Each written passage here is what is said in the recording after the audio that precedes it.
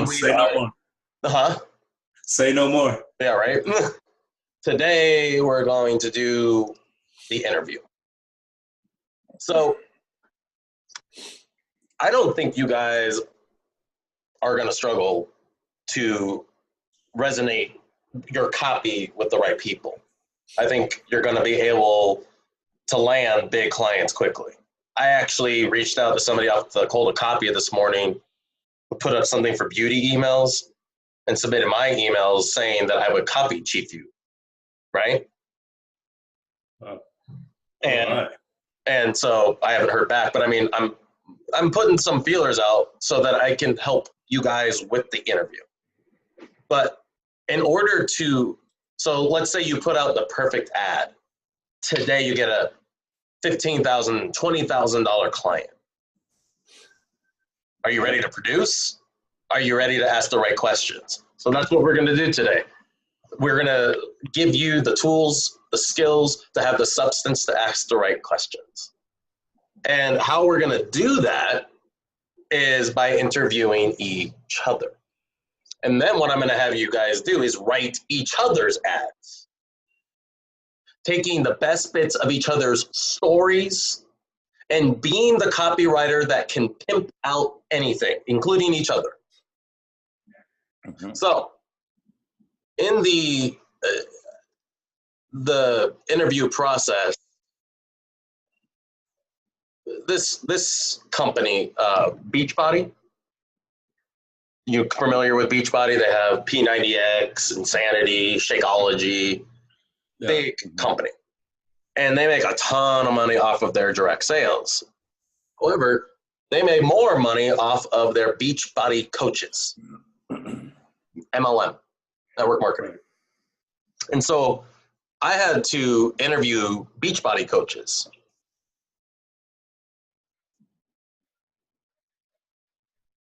Oh, I can't hear you talk on that video.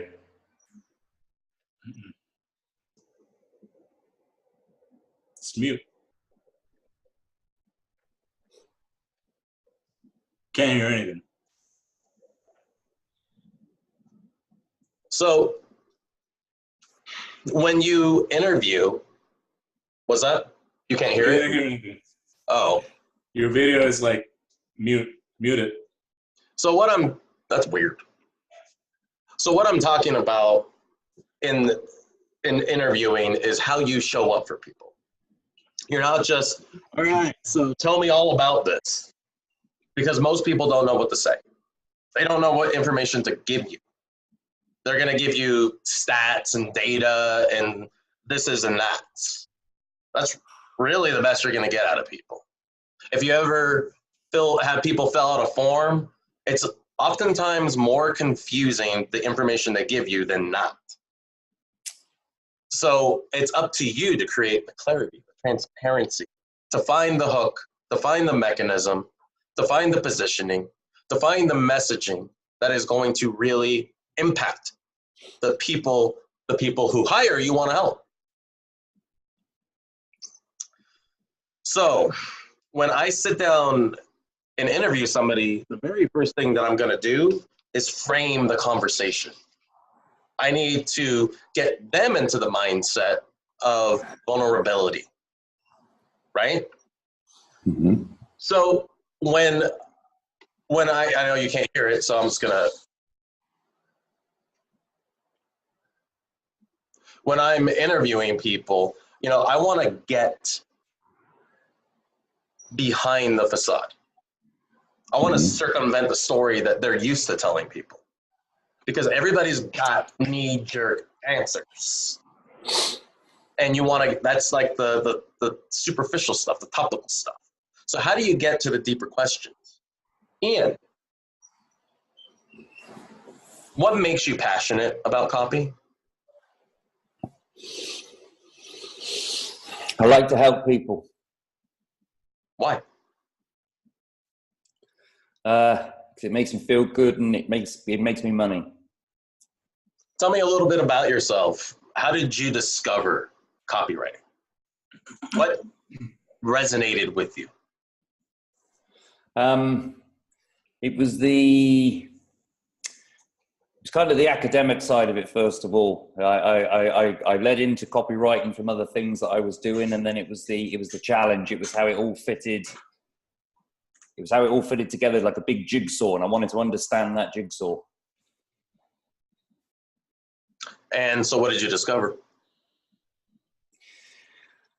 Well, I discovered that I was better at it than I thought, which gave me a huge buzz. And then I realized that I could write words. You were better at it than you thought. What does that mean? It's like when you read a really great novel and you think, I'll never write one that good. And then, so you read a really great advert and you think, I'll never write one that good. But then you suddenly do, because you write words and people buy stuff. And that's like a whole new buzz. Absolutely. What is the most money you've made from a project? $1,000 so far. And what's the most money you've made for somebody? $10,000. Now, if I paid you $20,000 today to write me a full funnel, how would you approach it?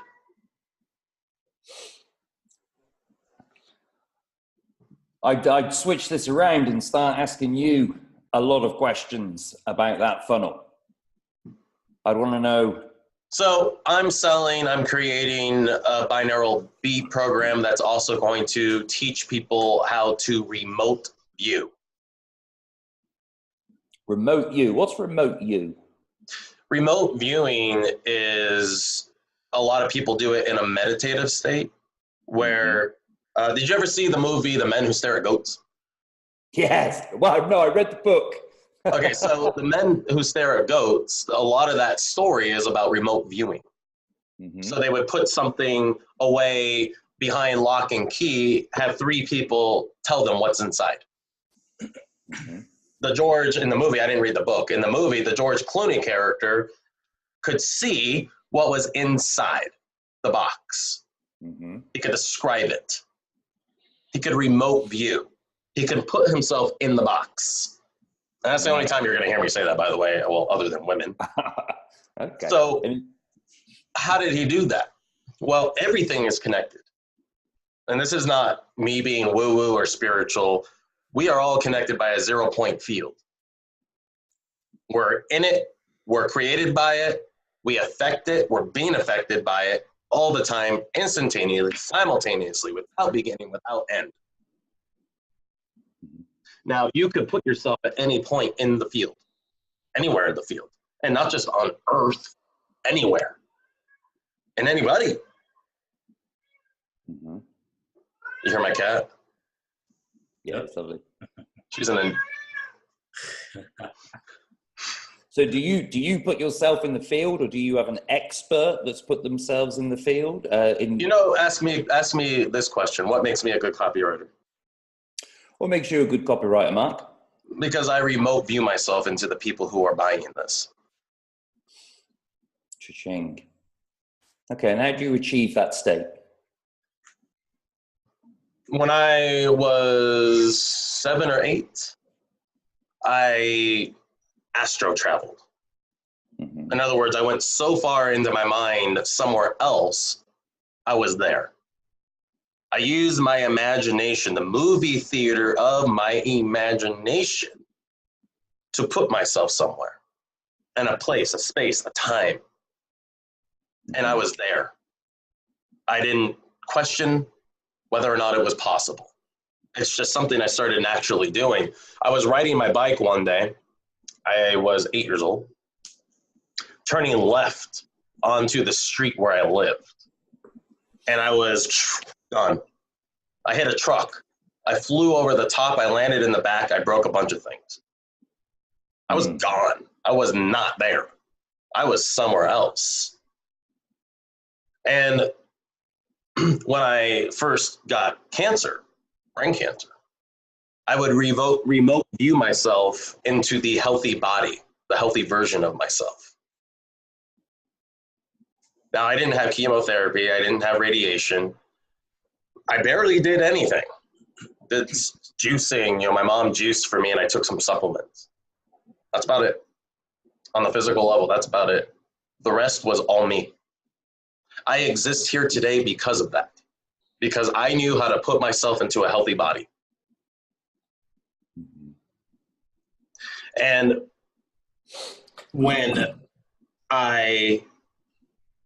so this is empathy on steroids. This is being so connected with people's energy that you are them. Where you can feel their heartbeat. You can feel the blood coursing through their veins. You can feel the thoughts, the stories that are being narratively spoken in their mind.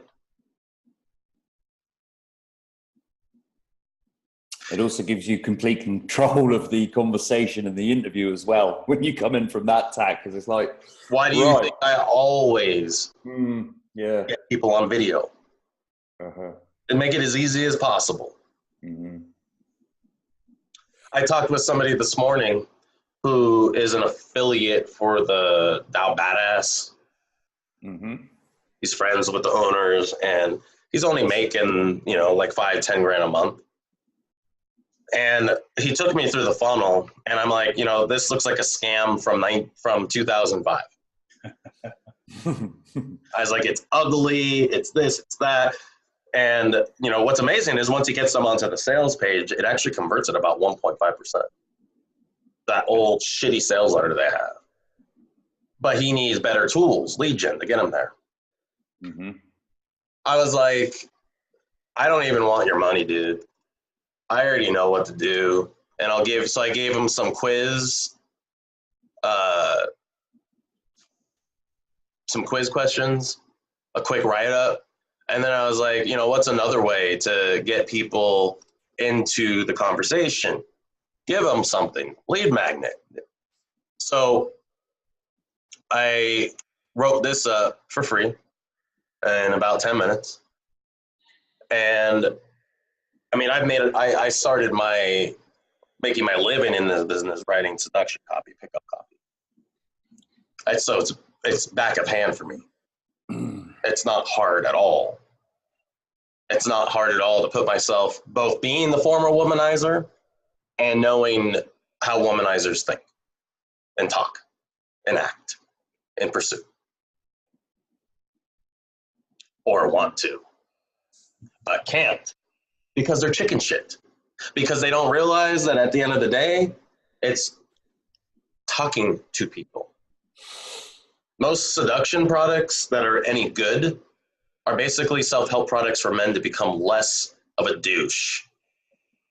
How to talk to women like people. And not game. So here, I was like, I'm always huge on binaural tones. Are you intimidated to approach hot women, the 8s, 9s, and 10s you constantly fantasize about? Do you constantly wonder what it would be like to have sex with certain women you feel are way out of your league? Are you jealous of the douche guys who do approach hot women and consistently get them in bed? Dave O'Brien here. I was shocked to discover how simply wearing my regular old headphones could so dramatically change my mind. I was always stuck in my own head and insecurities. Hot women terrified me. So I couldn't let myself ever make a move on a woman I thought was totally out of my league. What I didn't know was it was all a lie, a story I was telling. And that story stopped me dead in my tracks from ever approaching hot women. Then I found theta binaural tones. These tones actually talk to your brain directly where all of your stories and insecurities about approaching women are stuck in your conditioning, the stuff you grew up with accepting as truth, and you never knew why those were your beliefs. So what happens when some simple sounds playing in your ears can quickly erase the story you're telling about how I could never approach her, she'd never be interested in the likes of me. The thing is, it's not true. And the only reason it feels so true is because the specific story you're telling about it. The lie tragically stuck in your theta brainwaves, again, where your conditioning and stories are stored. These tones speak to both sides of your brain in a slightly different way. This mechanism, this literally forces the band of thick fibers that connect both sides of your brain to fire. Find the equilibrium between the slightly different tones playing in your ears. Mechanism. Plus, I added some guided meditation over the theta tone so we can replace old insecure written story with a positive supportive message that empowers you to easily connect with any woman. The best part is I'm going to give you this incredible tool to help you become the seduction artist you've always wanted to be, 100% free. Just enter your best email. I'll get it right to you. And no, I will never share your information with anyone, ever. I simply want to help you break through your old stories so you can finally get the tale you want. And who knows, you might even find the woman of your dreams and develop something authentic and real. Bottom line, when you want to connect with women, no matter what they look like, the world becomes your nightclub. So, it's just like, imagine the design, a guy sitting there and women coming towards him. It's like, and by the way, when I did this morning, because I'm working with another client on developing a product and seduction campaign, which you guys are going to be involved with, and I'm going to be the face and voice using my old story and using this approach. And then doing some talking head slide style presentations to help guys get over themselves, understand what seduction really is, connection, empathy. Mm-hmm. This is remote viewing. This is just putting myself back into my old shoes. And it may not even be the right copy yet. But I wrote it in 10 minutes, and I can write 100 more. It's unlimited. And it's all about connecting, putting yourself in the shoes, literally remote viewing yourself into that person, into that man. However it is you want to empathize. Right? Simple mechanism to make it possible, and it's free. It would probably do really well. Or get to an over 50% opt-in quickly. And this is just from talking to a guy this morning for 20 minutes. Asking him the right questions. Understanding what he needs. And it's like, here, I'm going to give this to you. Are you going to produce it? Are you going to go to Fiverr? Are you going to make it? Yep, awesome. I'm going to give this to you. Because I don't want you to go to another copywriter and get charged thousands of dollars when this is really simple. Hang on a minute. Let me give you the quiz. Let me give you this lead mag.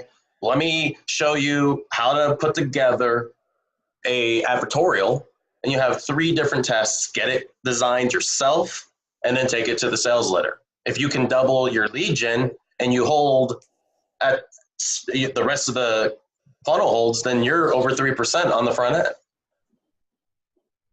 Easily, by doing virtually nothing. And I didn't take his money because this was too easy for me. And again, like I told him, I said, I really don't want you to invest in me unless you have your own product. So make your money and reinvest. And he's like, done deal. Maybe I'll never hear from him again. I usually do. Let's get back to the interview. Oscar, take over. Start asking Ian, I want you to get into his story because you need to get the details that you're going to write your copy with. That is on you. And if you don't get them, it's on you. And it costs him money. And then vice versa. All right. So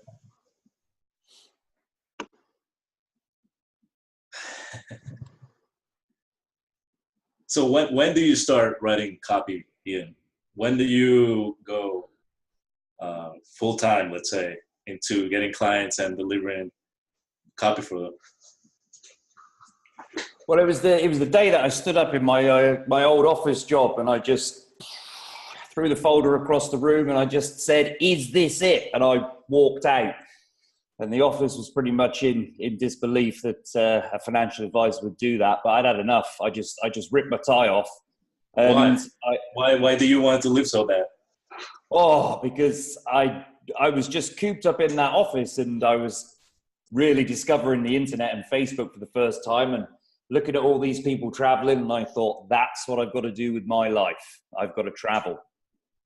So I bought myself a backpack, Oscar, and I jumped on the first plane. I went to Barcelona, first of all, didn't know where I was going, what I was going to look at, who I was going to talk to. or anything. Anyway, long story short, once I got into that traveling lifestyle, the buzzword now is digital nomad. I don't hang out in Chiang Mai too much though, because they're mainly 18 to 21 there.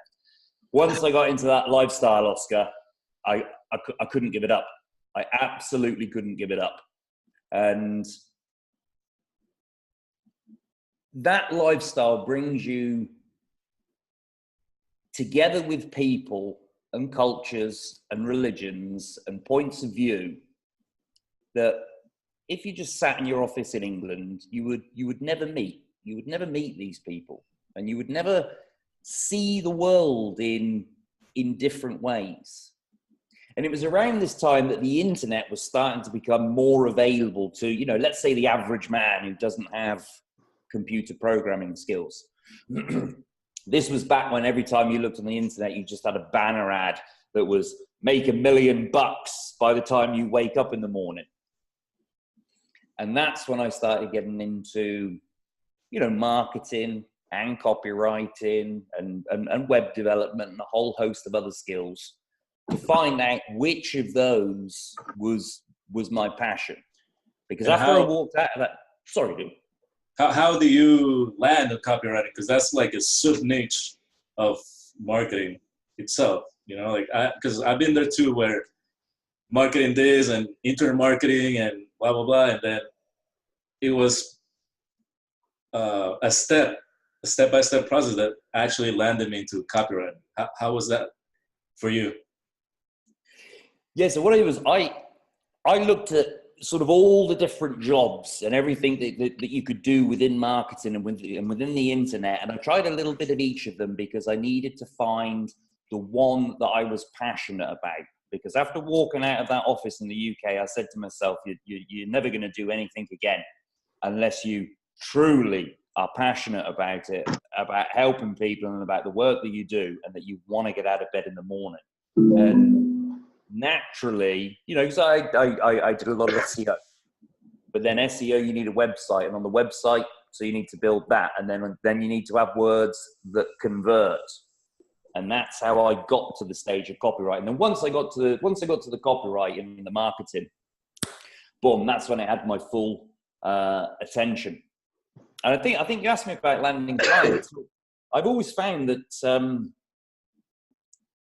being within different communities on Facebook, that I've gravitated towards a lot of clients. That's how I started out. People who had similar interests to me, you know, sort of world travel, the travel gear and bits like that.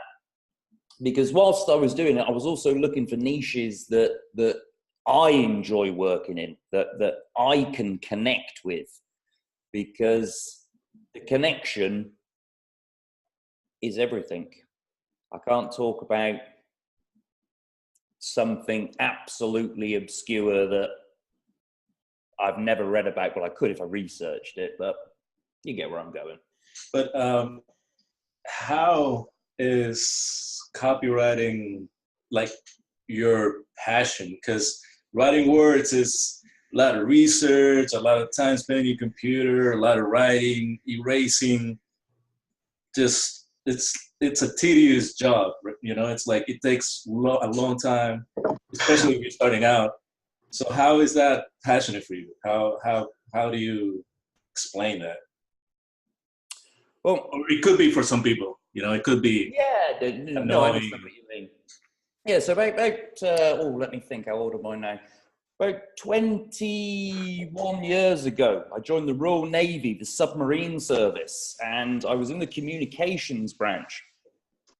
And when we were on the submarine, going longer, harder, deeper than other naval men, my job was a communicator. So a lot of the things that you just described, the kind of the research, the book work, the time of the computer, that was a job that the Royal Navy trained me to do. That's where I learned to touch type 50 or 60 words a minute until I stopped. So all those skills were just ground into me by the military. So those skills I've just got on tap. So a lot of the stuff like research, you know, the other day I was looking at the food rations from every US manned space flight from 1955 until current day. And once you start researching that stuff, that's not boring. That's interesting. So the stuff that you find out as a copywriter, that you might never use it, but then one day you might be doing a project and you're like, you know what? I know a lot about the rehydrated food on the Apollo, blah, blah, blah, blah, blah, and I'm going to use that. Right. What kind of copy do you like to write, Ian? Why? Say again, please. What kind of copy do you like to write and why? I like to write men's relationship copy. And the reason that I like to write that is because if you look at the guys that are right at the top of that field, people like Evan Pagan, whose stage name was David D'Angelo. He's this huge 15, 20 hour course that's out there. The name of it forgets me.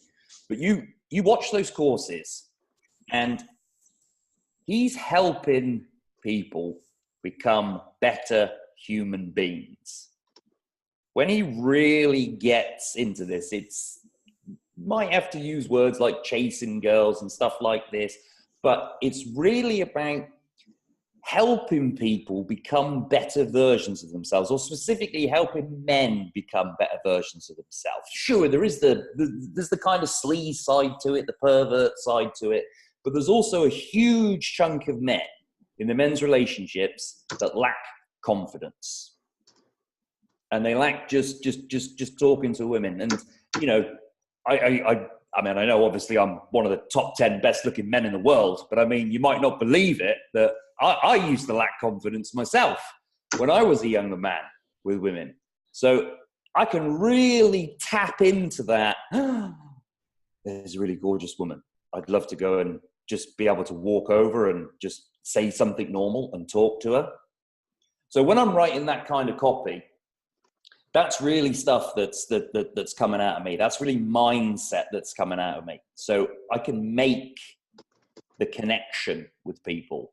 And then everything that I've learned to this point and the different people that I've worked with and masters like Evan Pagan, I can then help people connect with information that if they read it, they've got to read it, will improve their life.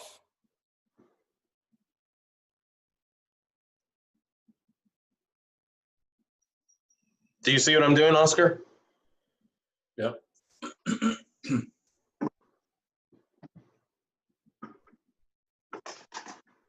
I mean, that right there is some kick-ass shit that you can make into copy, right? Do you see what like this shit? Yeah. What do you think, Ian? Yeah, it's quality, isn't it? It's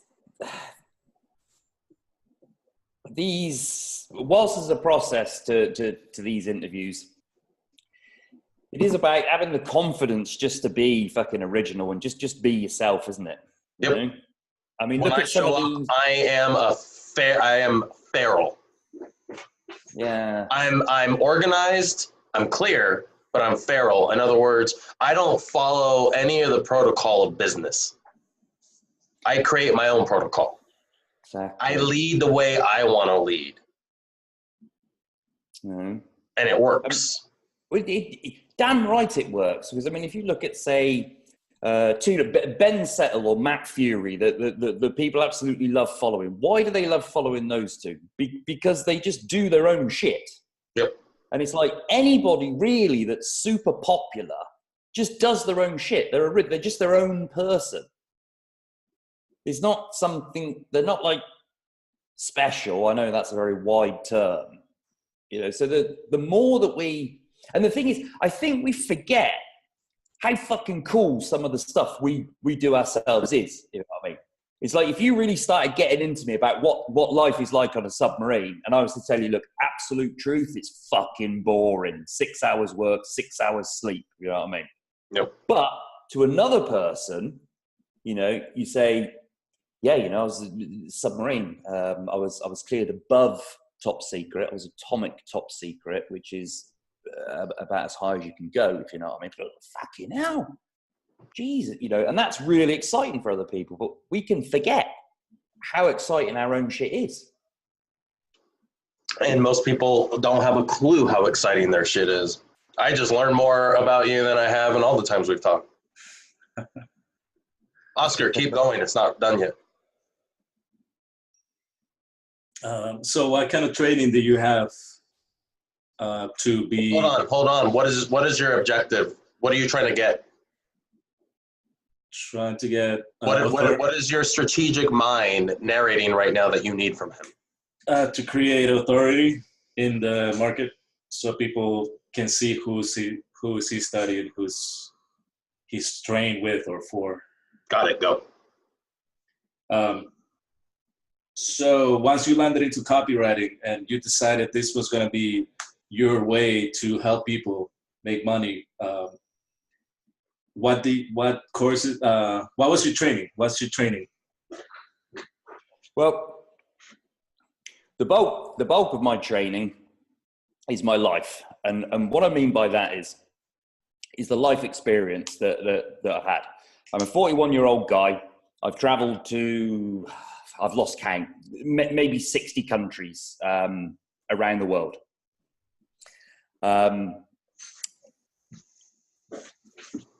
Just lost my thread completely then. The courses, right. So I can't remember. It was. I used to read copywriting books. To start off with, I read some copywriting books, and I read copywriting books by one of these past old masters. And there was a line in there that said, "The greatest copywriters are the people with the most life experience." And as soon as I read that, I thought to myself, right, I'm not reading these copywriting books anymore.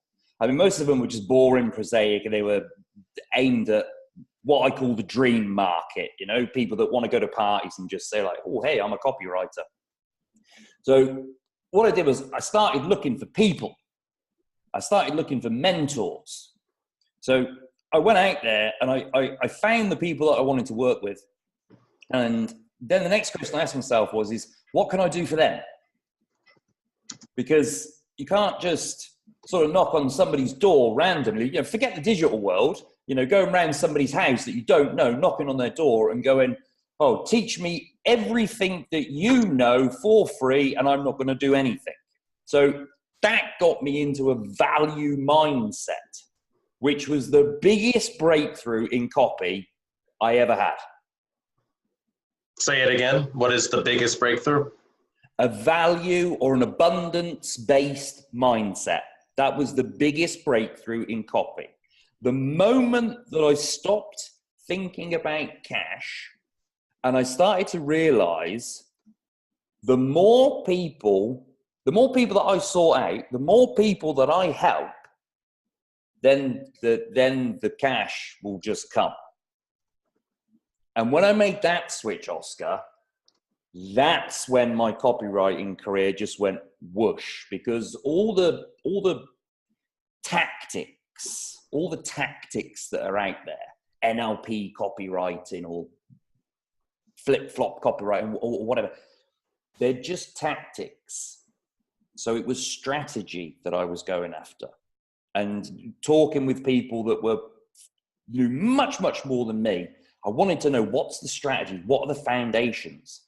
So that's what I focused on with marketing and copywriting, because the two go hand in hand. You know, you can have a copywriter. What are the top 3 things that you learned and you apply in your copy? Top 3 things I learned in my apply. You can only channel desire.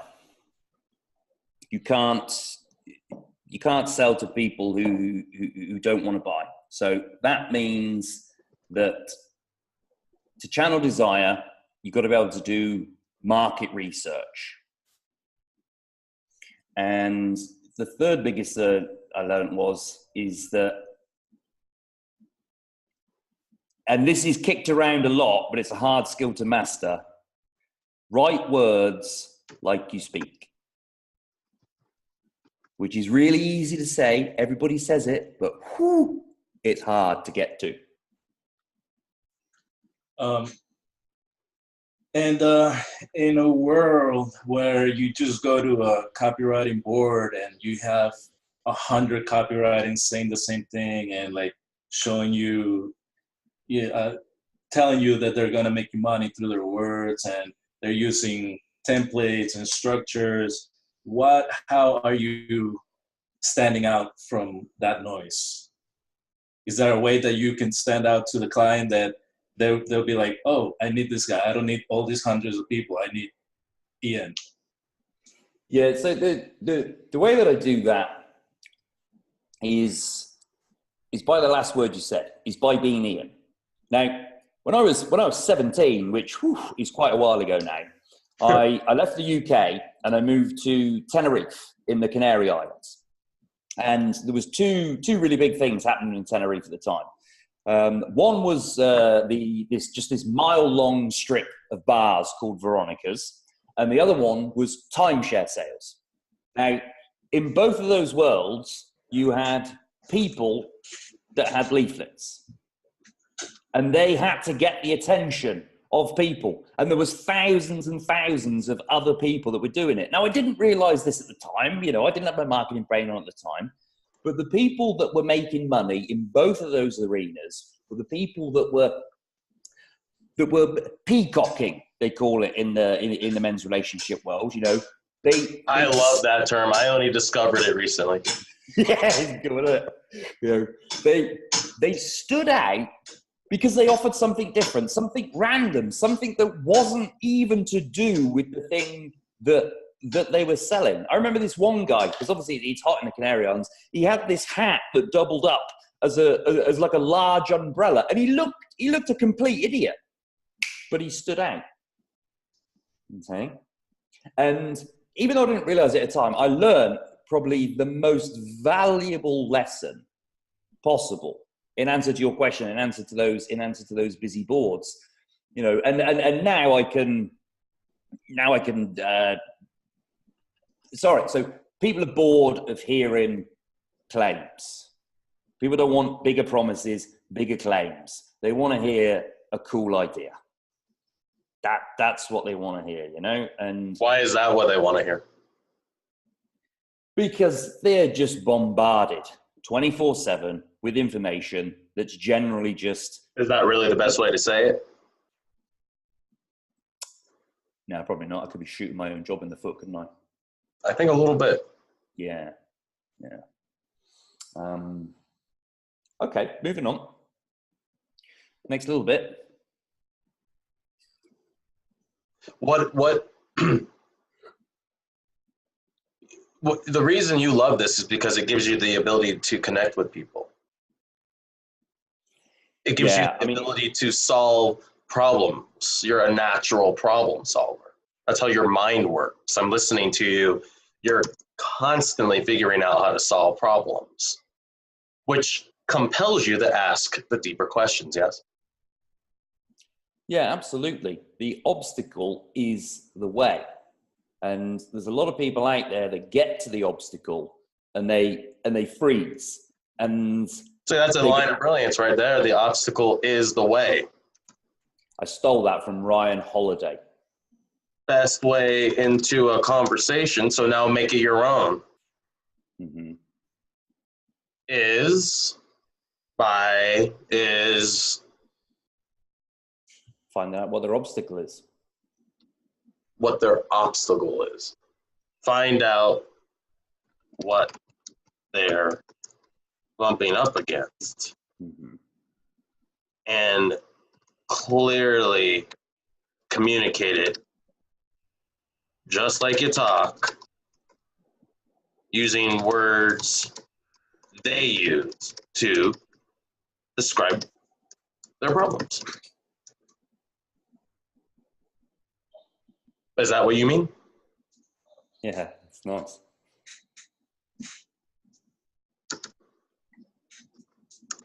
For men who would absolutely love to discover ways to connect with women,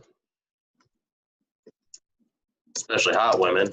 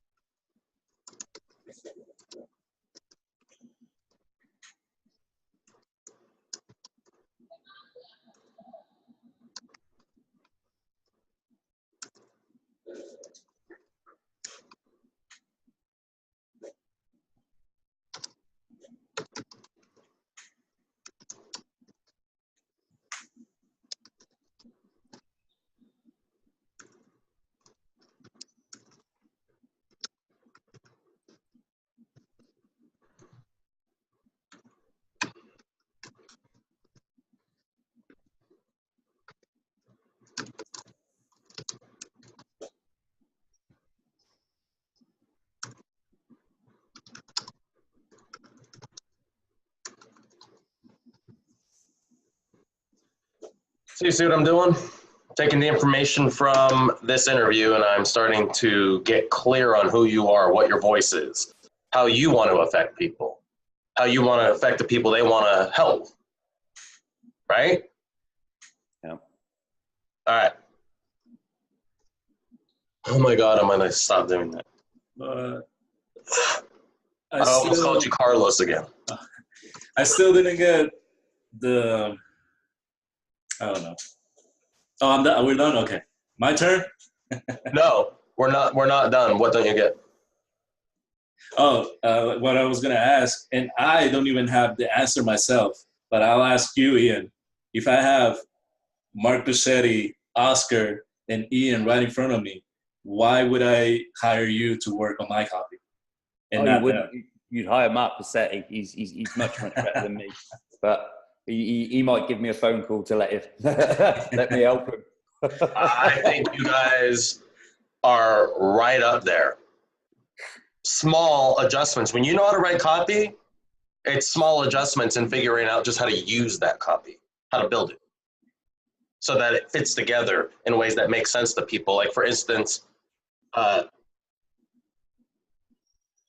of my clients, the guy who did the fat loss miracle, he came at me this morning, and I'm going to do a bunch of openings that are going to be fucking badass,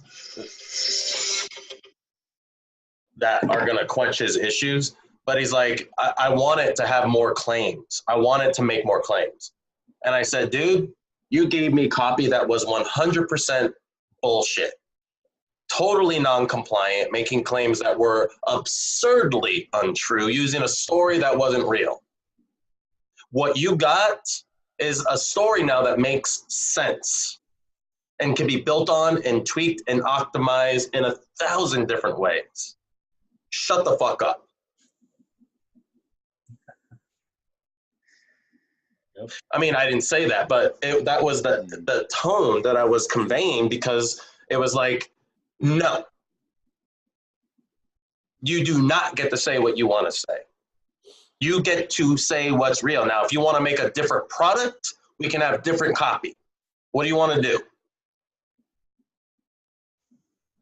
That's also your job, to protect the people who buy things from people that are just trying to get money out of them.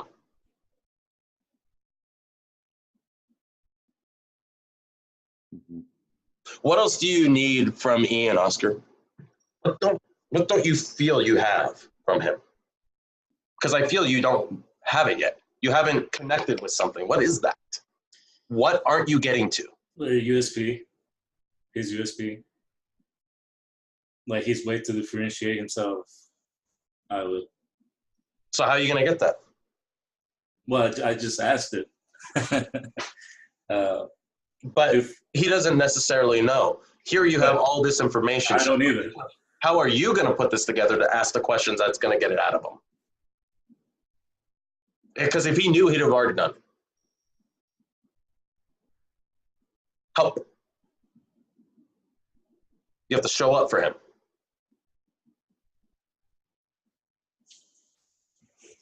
Oh, shit.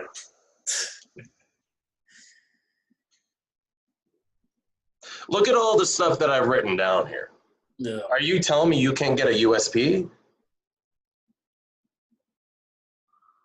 I mean, yeah, I see that we are focusing on pretty much seduction niche, the seduction market. All I'm doing is listening to what he said and writing it down. So that, in a way, is a USP by niching down to a specific market. Fuck yeah, it is. Yeah. Okay. Gotcha. You have so much information here. I could write a fucking badass ad out of this. But you're going to do it, and it's going to be better than mine. What about what you were talking about? You got paid $1,000 and you made someone $10,000. Like how do you do that? Okay. Those figures were just made up on the spot. So I mean, are you asking sort of about like what my pay rate would be? Like, no, I mean, if I was gonna write you an ad and I was trying to show off your past results, I would put, like I was working with this guy and I 10x his money because he paid me. Well, now I wouldn't say he paid me this and made him that, but I multiply his investment by doing this, and this. Yeah, I tend to try and stay away from sort of making any sort of financial claims. I know specificity is good, but so let me tell you something, guys. I don't use any of that into my copy ever. Because if you run that on cold traffic, you're going to get shut down. Some people do get away with it.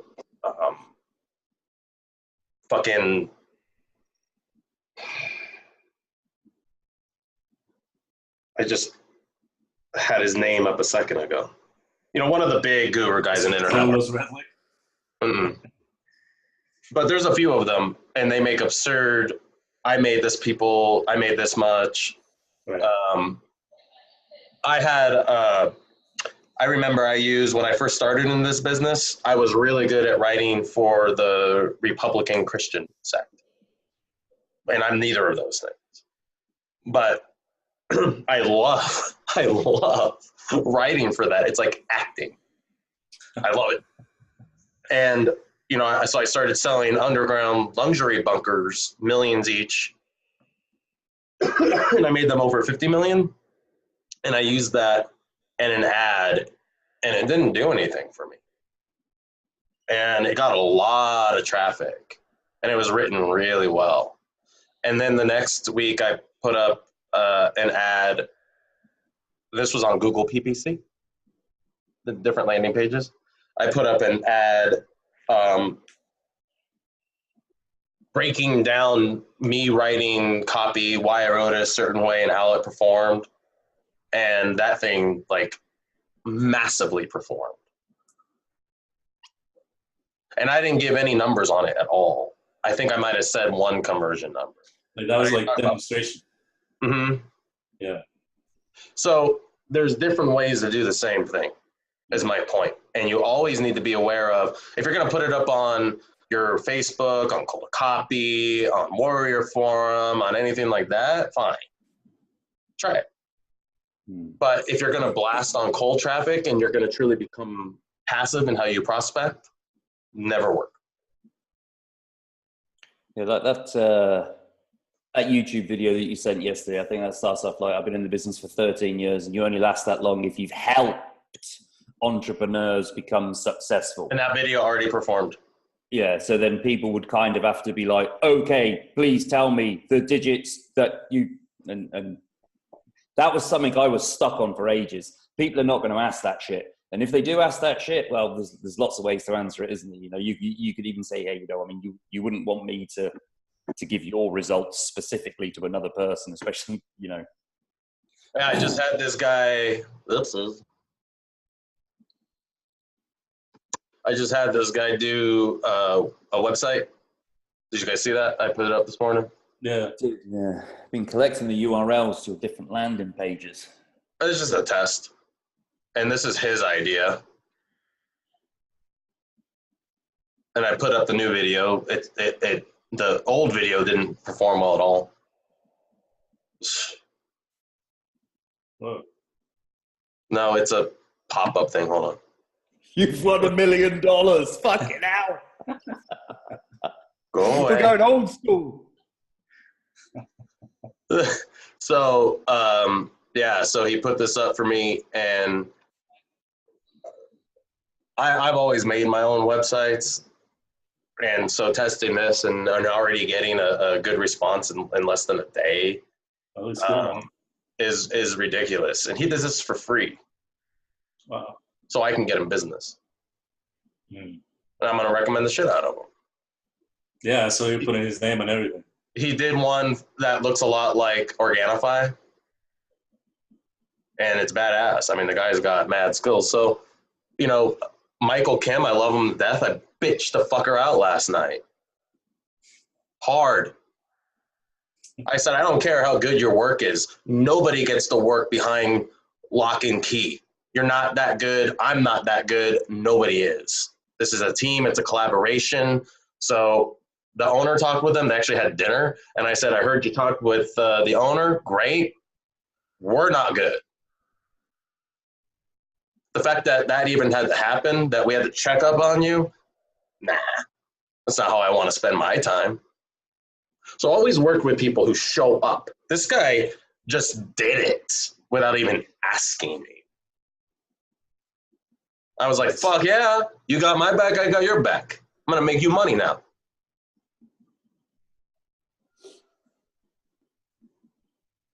What time is it? All right. I do have a hard stop, so Ian, interview, Oscar. Hey, Oscar. So I've been learning to speak Thai lately, Oscar. Sorry, let me start again. Hey, Oscar. So I'm interested in finding out a bit about you, like aside from your copywriting stuff. Like I've been learning to speak Thai lately because it hurts my head. So like, what sort of stuff are you into when you're not copywriting, dude? I'm not copywriting. I'm pretty much all about fighting. I'm watching fighting. Yes, I used to train jiu-jitsu and boxing, and although I don't have the time or the Hold on. When are we going one-on-one, toe-to-toe? When are we throwing hands? Huh? You say you're coming over here? Oscar, the mark says this. What you didn't know, what you couldn't possibly comprehend is that right here and right now, you are in the presence of the greatest incarnation of humanity. There ever was the fighter of all fighters. Let me tell you something, brother. Let me tell you something. You might think you have the skills. You might think you have the talent, but you don't have the destiny. The people, the Marx people, are chanting his name. And they stand with me against you. It's all of us against one. It's just man.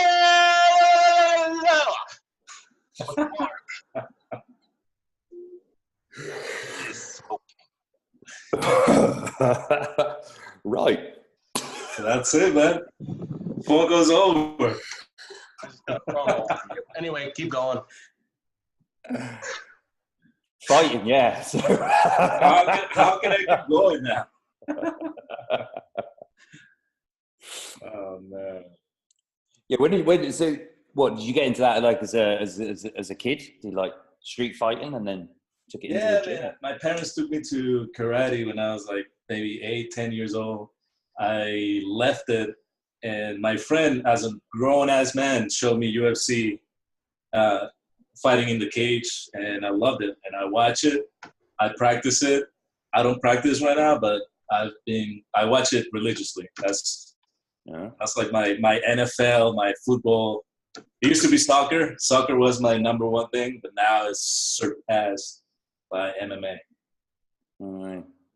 So, if you had all the time in the world, would you be going to like all the UFC events, or would you be training so that you could fight in a UFC event? I don't think I would fight myself. I just like the exertion of energy and learning new skills. Like, because every time you roll, every time you box, every time you train, you're learning something new. Even when you're losing, even when you're on the ground, even when you're getting submitted, you're always learning new things. So I'm always, it's like a sponge of knowledge, a skill, because it's one thing as watching it or reading a book, but there's nothing like actually doing it. So let me ask you a question. So I've had 157 fights on paper, more than that off paper. Okay. I have 102 mixed excuse me, 102 mixed martial arts bouts. Wow. And I had 55 boxing matches, 54 amateur, 1 pro. I was undefeated in boxing. The first pro match, I dislodged his brain and he died. I was 20 years old. Okay. The guy was 15-0. Well, he didn't die right away. He became a vegetable and was a vegetable for 2 years until he died. I kept in touch with his mother, who never blamed me, who was in the crowd that night at the Indian reservation in the North Bay of San Francisco. And there was about 5,000 people there, and they were on their feet as both of us were, the third round where this happened, both of us were bloody, and it was a dirty fight. Dirty. He fought dirty, so I was like, all right, I'll fight dirty. When I started writing copy, I couldn't fight anymore. I couldn't get into the ring anymore. I couldn't hurt people anymore. So I was like, how can I take I've always survived by being a fighter. I've always thrived by being a fighter. So how can I take that fight, that drive, that warrior spirit and pour it into my copy? Well, you're seeing it in what I'm doing, even by working with you guys. I use my warrior spirit to stand up for people who buy things, because I believe in the power of advertising and influencing positive momentum and positive movements in this world. Real help, real solutions. I fight for that, and I see that in you. How does that resonate? Yeah, 100%. Ian, keep going. Okay, so... and by the way, do you guys see how my interview style is very aggressive? And I frame things, I make it personal. Yep. Keep going. So it was interesting. You were saying even when, say, you're on the floor and you're being pinned by somebody, you were learning new skills. So just so I understand you better, why is learning new skills important to you? Really, why is learning new skills important to you? Because you're just bettering yourself. Whether it's by learning new moves on Brazilian Jiu-Jitsu mat, or reading books of copywriting and actually applying new copy techniques. It's like I'm getting better. I'm leveling up. I'm that's pretty much the word. Better. I'm bettering myself. So is it the journey? Can I interrupt? I was just watching an episode of Kitchen Nightmares. Well, a couple of them. All of them. I'm sorry. And I have learned more from Gordon Ramsay in writing copy than I have from any top copywriting guru. You know what he does? He takes the restaurant owners into the ring, and he uses punching, fighting, as a way to get out their energy and get their passion back. He helps them become better people, better entrepreneurs who change from, I need to make money, to how can I provide the best experience, the best food for my customers? How can I show up for them and get out of my own way? Keep going.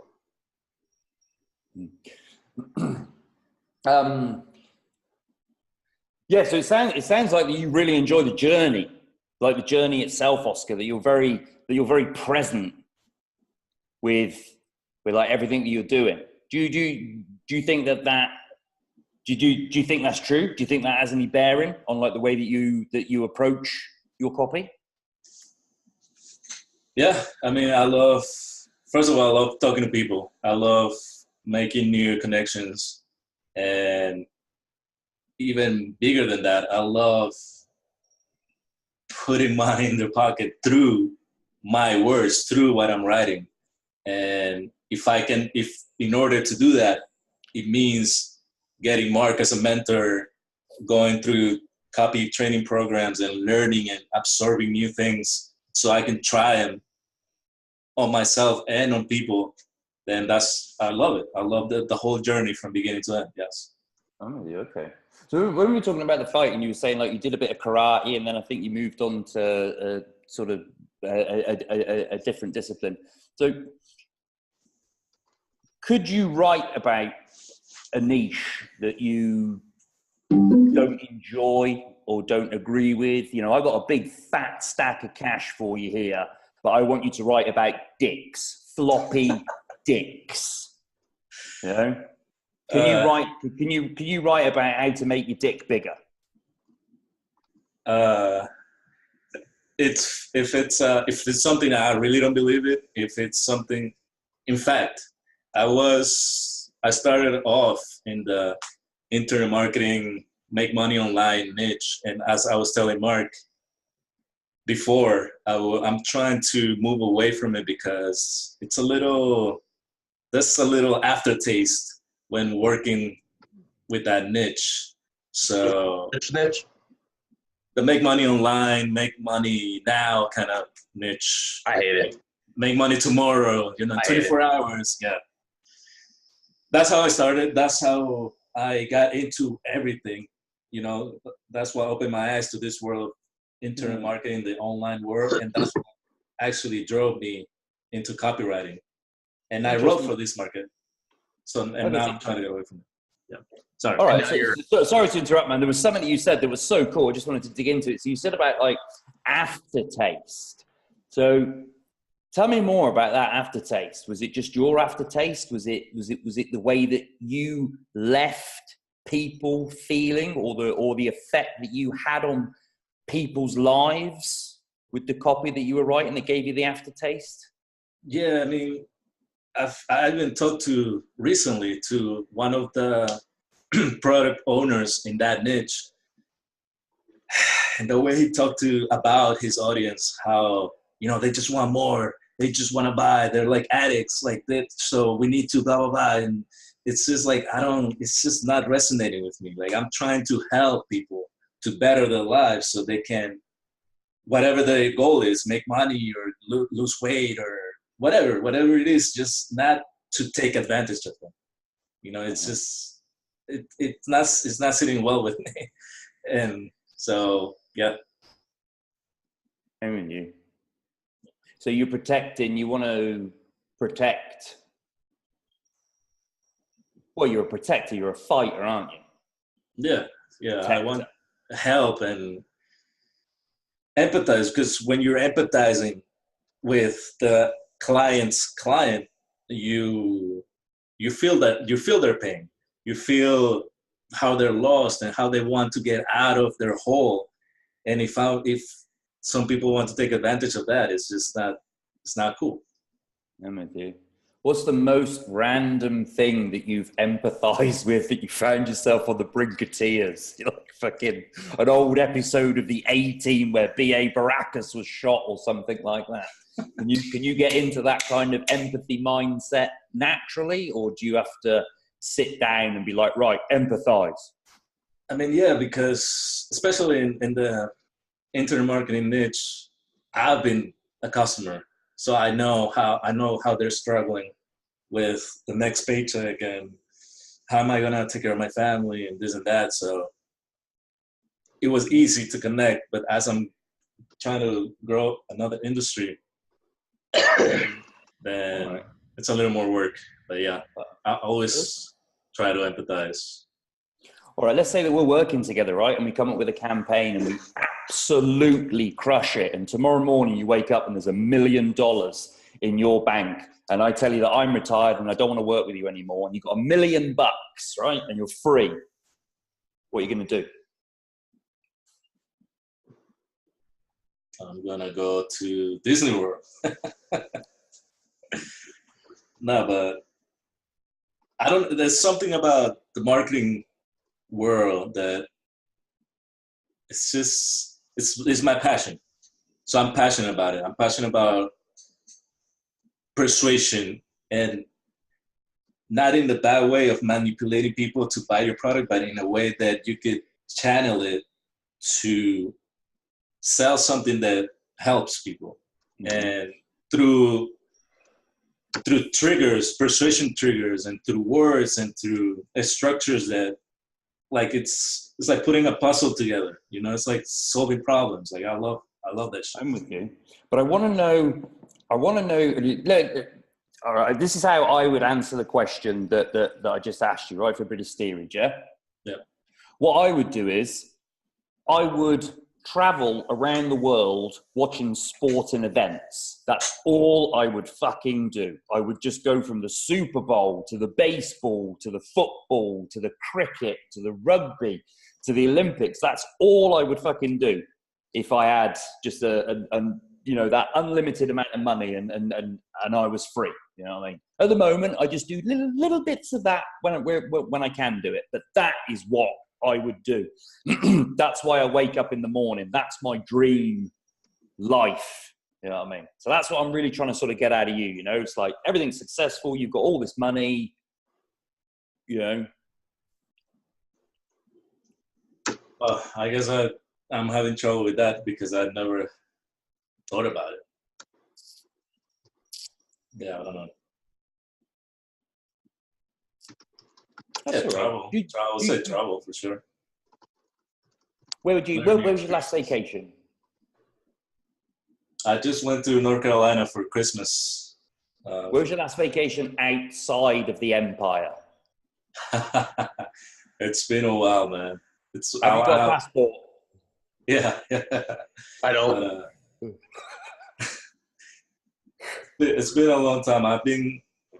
One of my stories is just that I've been working shitty jobs my whole life.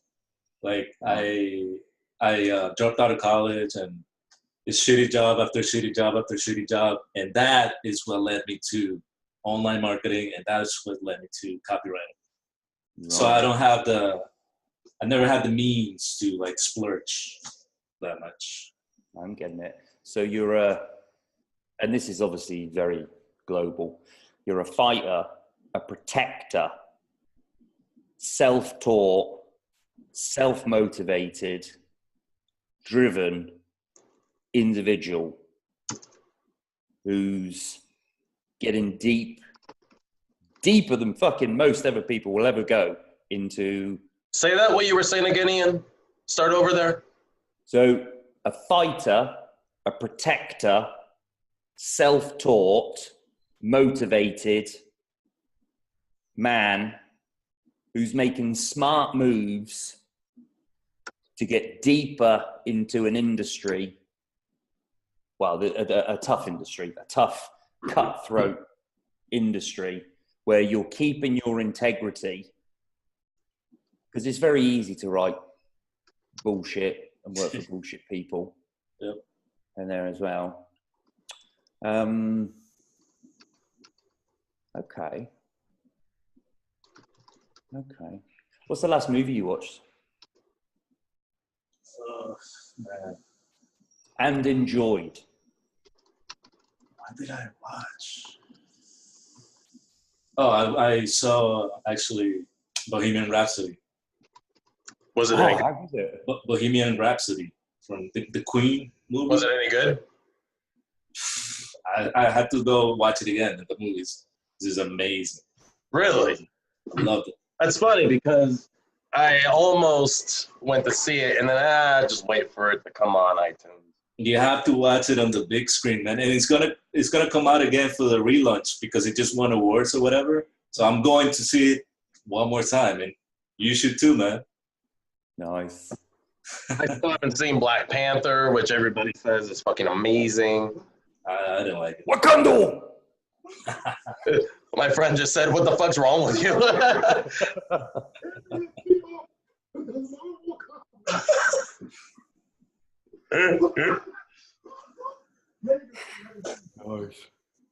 I haven't seen any of them. He's gonna hit me with a chair. You guys want to see this?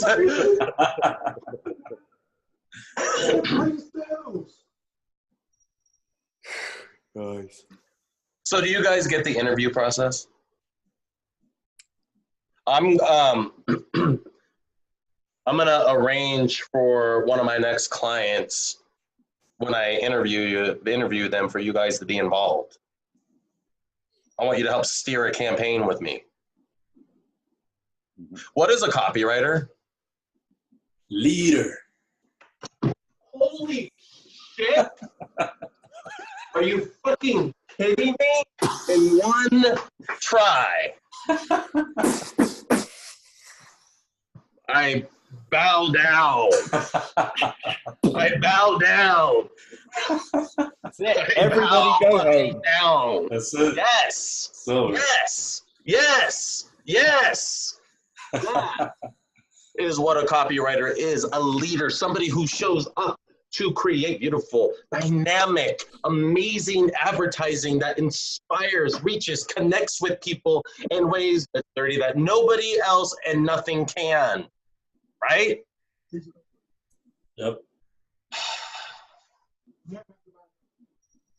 So I want you guys to, when you show up for your clients, to be that leader, to frame the conversation. What else do you need to know, Ian? Let's have a look. Client showing something specific. Do you see the little bits I'm writing down here? Yeah, I can see a little bit from there. I played with just ideas for both of you, just as I'm listening. You guys might come up with, don't use this, or do. You come up with what you think is going to be the most effective to sell each other. And test this shit. Write a video script to go with it. That doesn't have to be spoken verbatim, but, you know, the flow. Okay. What about mechanism, Oscar? So, like, I've been Oh no! This mechanism for strategic education-based marketing through storytelling. I have a mechanism. You're a didactic, Oscar, which means that you have the ability to self-teach yourself anything for anybody, to take something incredibly complicated, distill it down into its most simplistic conversation so that it can emotionally connect with people. I think that's your mechanism, and I want you to own that mechanism. Okay. Say it again for me. Say it again. I can take anybody's information and distill it into biteable chunks that anybody could understand. Because you are a what? A didactic, you said? You are didactic, and you are a leader, and you can put yourself empathetically into anybody's shoes.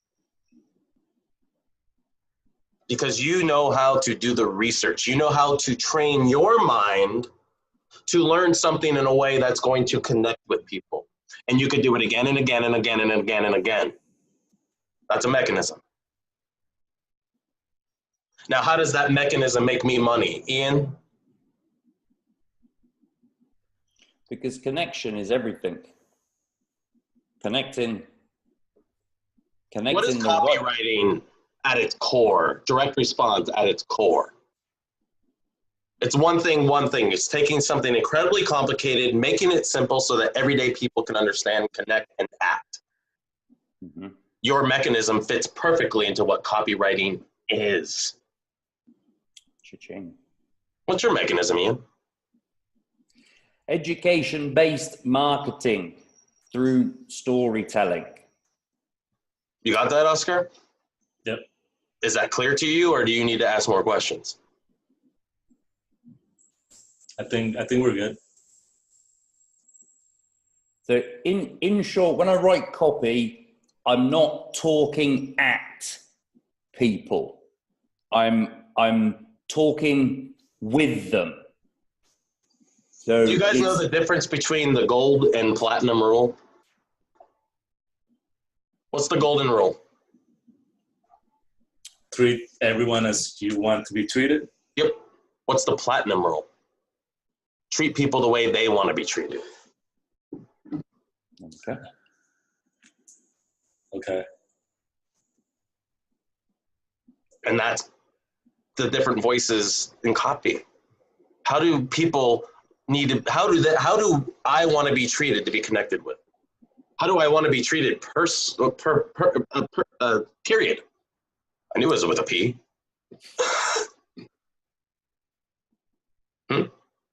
That's the platinum rule. Always apply the platinum rule when writing copy. Treat people as they want to be treated.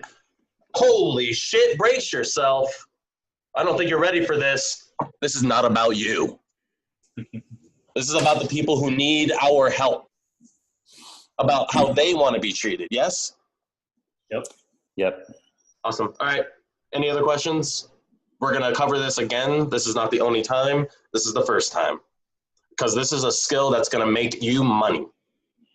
Mm-hmm. The better you get at this, the easier writing copy is. Because you're not guessing. You have all the information, you have your elements, and it's easy. You understand how it's coming together? Like John Lennon said, come together right now, all over me. Yeah? Yep. Yeah. And this is how I talk to clients, by the way. You best believe I am me unapologetically. And so who I work with has to be somebody willing to deal with me or even excited to. And you're going to connect with different people. And some of the same. You're going to take some of my clients. You're going to get that good, you fuckers. Awesome. No, it's good. It's good because, I mean, you know, oh, but by the way, there's more than enough to go around because everybody has ideas every day. And a lot of those people who have ideas every day also have money. So there's no scarcity. I'm not afraid. You shouldn't be either. Yeah. We're in a beautiful space that's evergreen because there's always people coming up to the plate. I want to do this. Oh, yeah? Let's do it, but I'm going to show you how to do it right. Yeah? Yep. All right. I have a call tomorrow, so this is perfect because I can record it, post it. Okay. I want to see. And I'm not saying that to sound pervy or a creeper. Either. Just a little bit. All right, guys. Monday, same time. Perfect. I still have to go through your copy. I haven't had the opportunity yet to do that. I apologize. All good, man. But yeah, we're gonna start putting some money into your pockets for copy editing too. Nice. Yeah. That was that was another really fucking good session of just coming out of our own head, and that's so. You know what I say? You can't so take who you are right now with you if you want to make more money. If you want to be a better copywriter, well, who you were at the beginning of this call is a different person. Let go of that person. Keep the momentum going. Be uncomfortable with the fact that you are somebody that you do not yet know. Exactly. It's a little bit scary, but it's also fucking. Oh, but it's exciting. Anytime I feel discomfort, it's a blinking red neon motel sign. There's power here, Mark. There's power here. What's on the other side? Got to stand up to that. Got to lean into those rough edges, and you will always see what's on the other side, and you'll realize it never was scary. Fuck yeah. All right. Brilliant. Let's keep it going on Skype, and I will chat with you guys on Monday. All right, guys. Perfect. Take care. Chicken chow, Cheers, man. Ta-ra. Bye-bye.